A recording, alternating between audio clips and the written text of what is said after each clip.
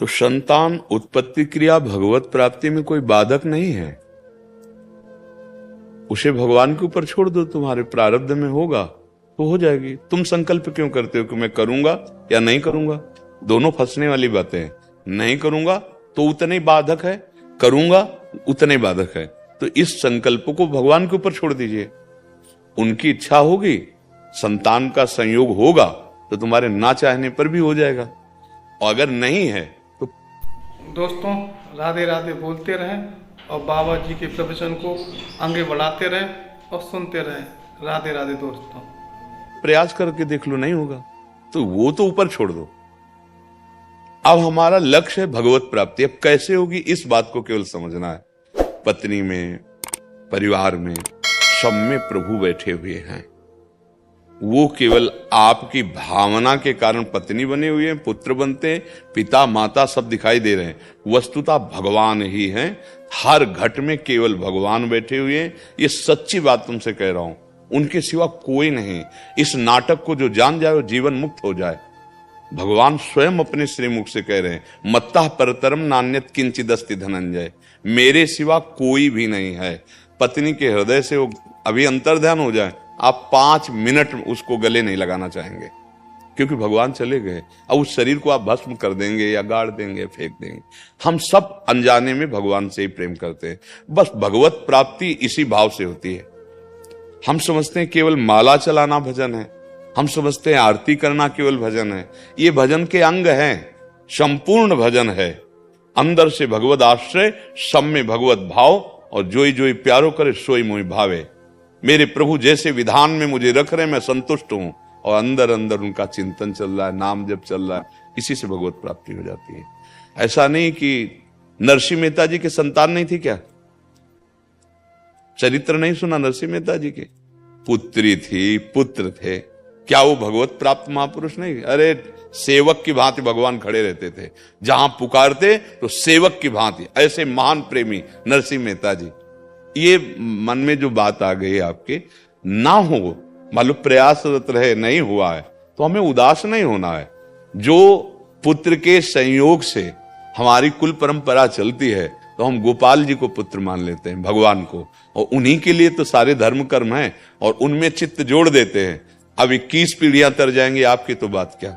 जो भगवान को अपना मान ले, ऐसे वो महामहिम है, उनको पुत्र मान लो तो पुत्र बनने के लिए तैयार है, पिता मान लो पिता बनने के लिए तैयार है, उनको दोस्त मान लो तो दोस्त बनने के लिए तैयार है। जिस भाव से भजो, उनको गुरु मान लो, अरे उनको शिष्य मान लो तो शिष्य बनने के लिए। संदीपनी जी के शिष्य बने बैठे हैं ना भगवान श्री कृष्ण, वशिष्ठ जी विश्वामित्र जी के शिष्य बने बैठे हैं ना राम जी।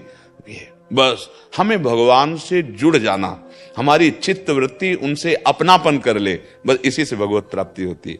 जितने भी ग्रंथ हैं, जितने भी मार्ग हैं, सबका एक ही उद्देश्य है, संसार का विस्मरण करके भगवान के स्मरण में तन्मय हो जाना।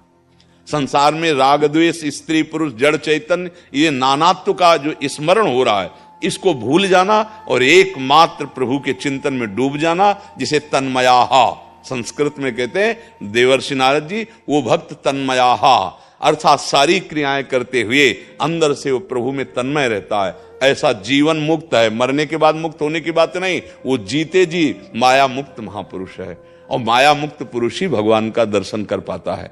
अभी हमारे माया के नेत्र हैं, हमें स्त्री दिखाई देता, पुरुष दिखाई देता, अच्छा दिखाई देता है, बुरा दिखाई देता है, और जिस दिन हमारे नेत्र पवित्र हो गए तो केवल भगवान ही भगवान। जैसे गोपीजन देख रहे ना, जित देखूं तित श्याममयी है। उद्धव जी से कहती मैं जिधर देखती हूं उधर मुझे श्याम सुंदर दिखाई देता है। तुम किस श्याम सुंदर की बात करने आए हो? श्याम सुंदर यहां, बाहर, भीतर, दोनों जगह। कान भय प्राण में, प्राण भय कान में, ही में न जान पड़े कान है कि प्राण है। अब हृदय कृष्णमय हो गया, कृष्ण हृदय बन गए, पता नहीं चलता कि हृदय कृष्ण बना या कृष्ण हृदय बन गए। आंख खोलती हूं तो बाहर श्याम ही श्याम, आंख मूंदती हूं तो श्याम ही श्याम। ये है भगवत प्राप्ति।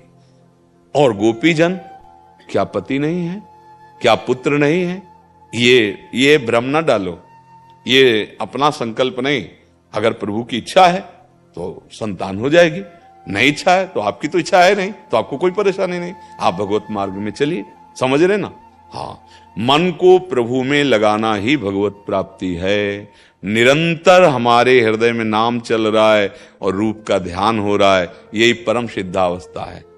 नाम और रूप, मुख में नाम चल रहा है, हृदय में गुरु का ध्यान हो रहा है, बढ़िया, इष्ट का ध्यान हो रहा है, यही सिद्धावस्था की तरफ ले जाता है। तो नाम जप करते रहिए और इस बात में मत पड़िए, अपना कोई संकल्प मत रखिए।